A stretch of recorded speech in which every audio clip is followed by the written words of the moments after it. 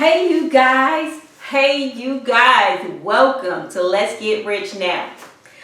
Today I am going to be dropping off a lot of mailings because I am a realtor, so you know realtors are good for sending mail to your house.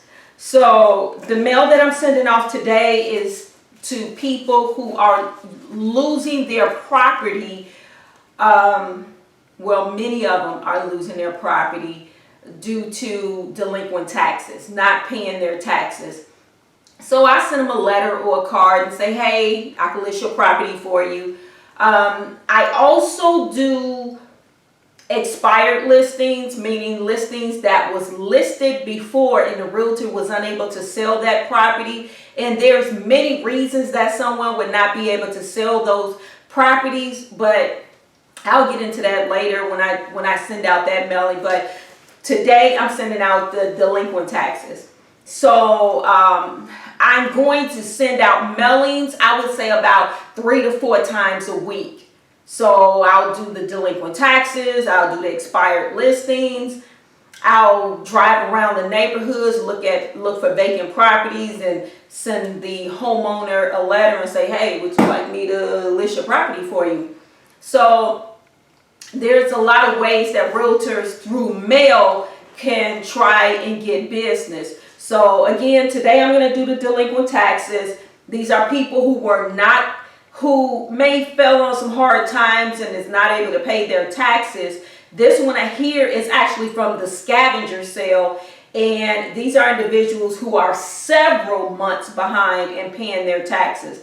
I've even seen some people that was like 10 months, not months, years, like up to 10 years behind. So what investors would do is they will purchase those taxes and then they will start the process of gaining that property where they're mailing the homeowner letters saying, hey, I bid it on your property, and they may put a certain amount of taxes. Some people may put taxes from, I would say, from 0 all the way up to maybe 12 to 15%. So in order for that homeowner to get their property, to keep their property, they would have to pay the delinquent taxes, they would have to pay all the penalties with that, and interest to the individual. So if this person say, I want you to pay me 15% back, and I believe that 15% accumulates every month. So now they have this big hefty fee that they have to pay back, and then they're like, okay, some of them can't pay that hefty fee. So now they are let me slow down. Now they are at risk of losing their property. So that individual will then go through the courts to gain title after 2.5 years to get that person's property. And once they get it, they may, most of them sell the property, and there may be some that may put renters in it or whatever. So delinquent taxes is one of the hardest. It's more harder than expired listings, foreclosures, and all of that. And the reason why is because the people that are losing their property due to delinquent taxes, many of them have this feeling like, God is going to rescue me. He's going to rescue me. And then it never happens. So it's like maybe God is saying, baby, ain't no property that serious. I got many more properties out there. Go get you something else. So I let these people know, hey, instead of losing your property and not getting anything, how about you sell the property, get some for it, and then you take that money to purchase, either a rental property and start all over again, or you purchase another property. So definitely through delinquent taxes that the person could lose their property. And then some of them just don't want to pay taxes. And when you write them, they want something for free. They may say, they have you do all the homework on, how much delinquency they are and all that. And then they look and say, oh, I still got some more months. And then they don't sell the property and then still end up losing the property. Or they may play the roulette game, whereas they may look at it and say, okay, this particular year, like they may be 3 years in delinquent, but this one particular year may get their property taken. So they'll just pay that year taxes, and now it's rolling over and over, and you're like, okay. So I mean, everybody have situations that occur. And taxes is like, the taxes continuously go up, and then some people finances don't change. And there's a lot of seniors that lose their property due to delinquent taxes. And then there are a lot of properties that you can't even find a homeowner. The homeowner may have died many years ago, and the children didn't come and claim the property. And then it may go under, that the kids didn't claim the property and you can't find the owner. So, of course, a lot of the people, too, that are getting the properties be attorneys. So they know exactly what to do. I mean, I know some attorneys that'll be out there that have, like, they may get thousands and thousands of property and then just throw it on the market. Because some attorneys have real estate license too. So they don't even use a realtor to sell the property because they have a real estate license as well. And they'll just throw a property on the market and then just get money off of it. But nonetheless, I'm going to send these melons out. And the reason why, because I know you're like, why you send them out and they don't really work? Well, the reason why is because I have all of these cards, and I do send some letters too. And the reason why I'm sending some letters too is because I want to see which one works best. Usually the people from the letters call me and be like, hey, I didn't know I was delinquent. Thanks a lot. Or they may say something like, well, what can I do? Would you like to purchase the property? No, but I can sell it for you. So, or I can find someone to sell it for you, but they don't want to pay, some of them don't want to pay the fees and still end up losing their property. So every week I'm going to send out maybe about 100 of the delinquent taxes until I go through the entire list, because I need to use up these cards. And as you can see, this is one of our cards. I made this up, y'all. And it's too big, actually. I wish I would have, but I ordered it online, so it's too big. But nonetheless, I wish I would have had the smaller postcards, because I have to put regular postage on these as opposed to the postcard postage. And I have a stack of cards over on the side. A stack of mailings over on the side too. So I'm actually sending out over 100. So I'm going, and once I get rid of these and I don't get any response from them, I'm never going to do this again. Like, seriously, never going to do this again. Right now, while I'm in the Let's Get Rich Now, it's like I'm experimenting for you. And you might say, well, I can do it and it works for me. Okay, I'm going to tell you my experience. And if it works for you, do what works for you. But what works for one person in this region or that region, it may not work in, every area is different. So, again, today I'm going to send out my mailings, and every week I'm going to send out my mailings. So tomorrow I may send out 100 expireds. And I go back from that as far as present to 6 months. Because some people, they're so upset that their property didn't sell that they don't put it back on the market. Even when you send them literature, and then after the months go past, and then they're like, oh, let me go ahead and, do something. Oh, here, somebody sent me a letter. Let me call them.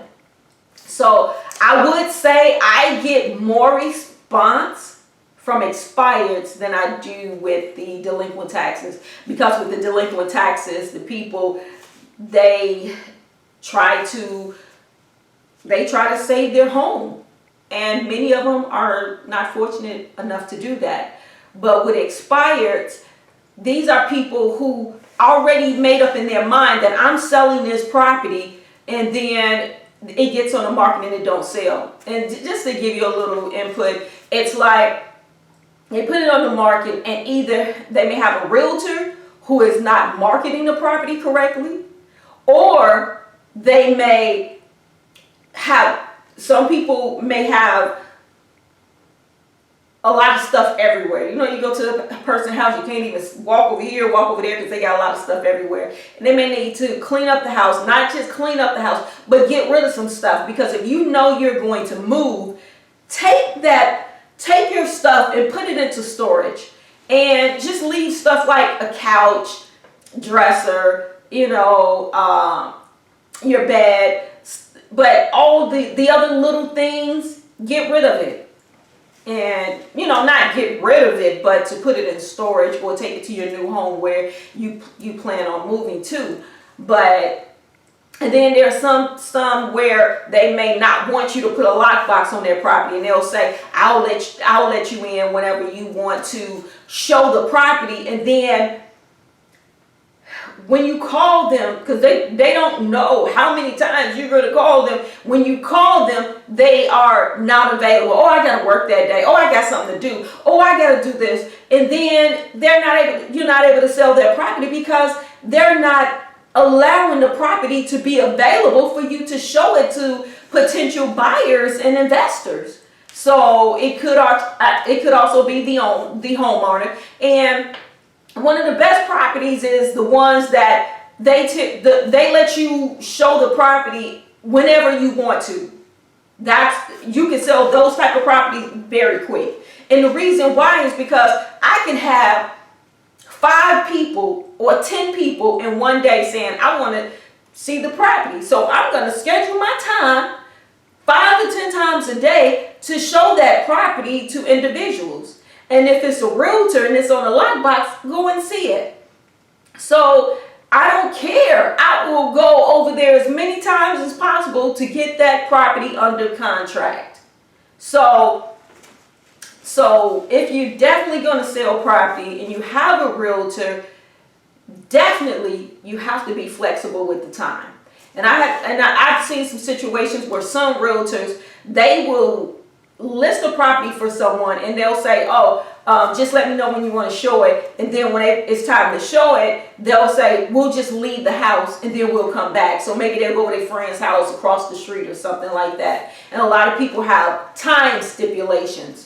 So that kind of hinders you from being able to show the property as much as you possibly can as well, because buyers and investors may have time stipulations too. Or this buyer or investor may be out looking at maybe 10 different properties, and your property is one of them, which your property may be one of the ones that they would like to get, but that they would like to purchase, but they may have a slot. Say, I'm going to come look at this property between 1 and 3 or 1 and 2.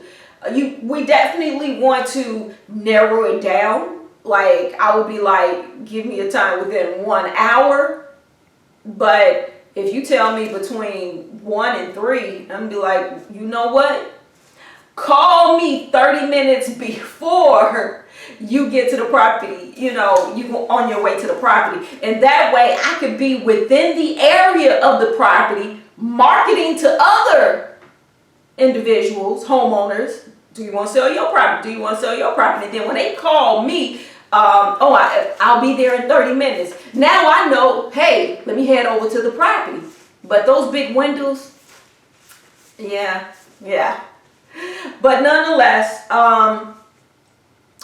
today I'm going to do my taxes, the taxes to those that are losing their property and taxes. And if you're a woman of God or a man of God, pray on your stack of mailings.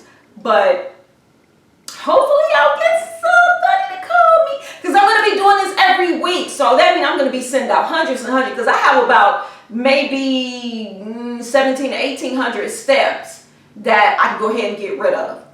and well, maybe over 2,000, if you count the postcards too. So I'm going to be sending out mailings and mailings and mailings because we want to get rich, y'all. Let's get rich now. Yes. So I'll let you know how this go, and I may make another one when I do my expires and foreclosures and all of that. But we got to do everything we can to make it happen. Pay off all our bills, have a large amount of money where we can invest in property, where we can have something to give to our children and our grandchildren and our children. So they shouldn't have to work as hard as we did. Our parents missed it. They missed it. My parents, they want to have fun in life, and they wanted to do, have fun in life. They wanted to do drugs. They wanted to party. They wanted to do this, and they missed it. So I had to struggle to make it in life. So I don't want my grandchildren to have to struggle. So I have to do that struggle with my daughter because my parents didn't feed anything into me. But nonetheless, I worked hard, and my daughter never had a hungry day.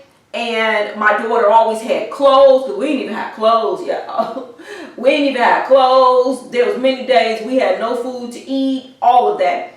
But my daughter always had food to eat. She always, she was as far as financially very, taken care of, because I worked, but because I was not educated at the time, because my parents didn't put anything in us and didn't have to go to school and all of that, I had to work 2 and 3 jobs and go to school full time as well as work full time and even part time.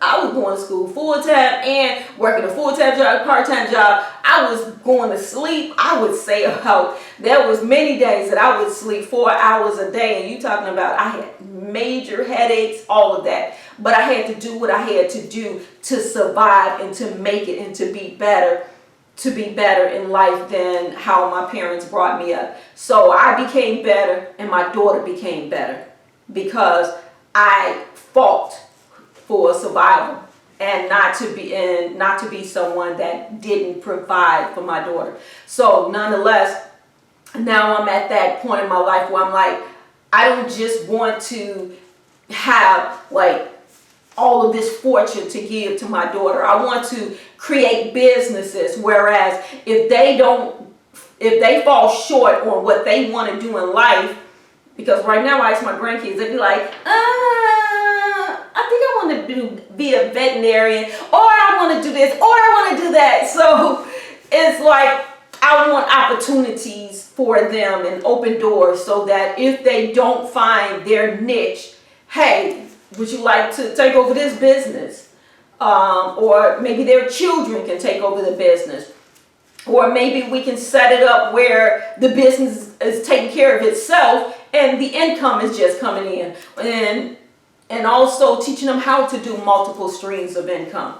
Because yes, you can have an education, but some of the poorest people are people that have an education. Because you're working for somebody, you're making someone else rich. And there are many people who don't have an education, who don't have a degree, and they're millionaires. So just keep doing what you can do. Like right now, if these mailings don't work, next year I'm not going to be doing mailings, but I'm going to be doing something else. My whole thing is to get rich, to get wealthy, to live comfortably, and for my grandchildren and grandchildren, great-grandchildren, and all of them to live comfortably.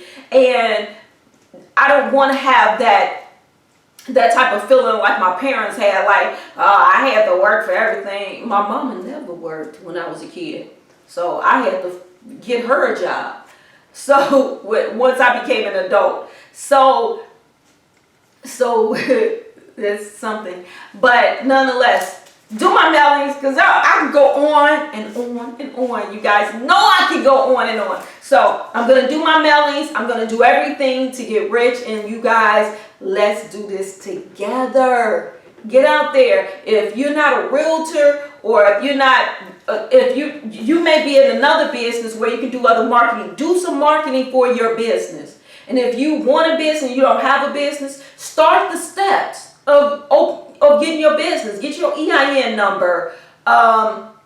Get you a name for your business. If you want to be a corporation, fill out the paperwork for your corporation. There's companies that will do it for you, and you can do it for yourself. It's so easy, and they even have copies of the paper on how to fill it out. So it's very, very easy. So, you guys, let's get rich now.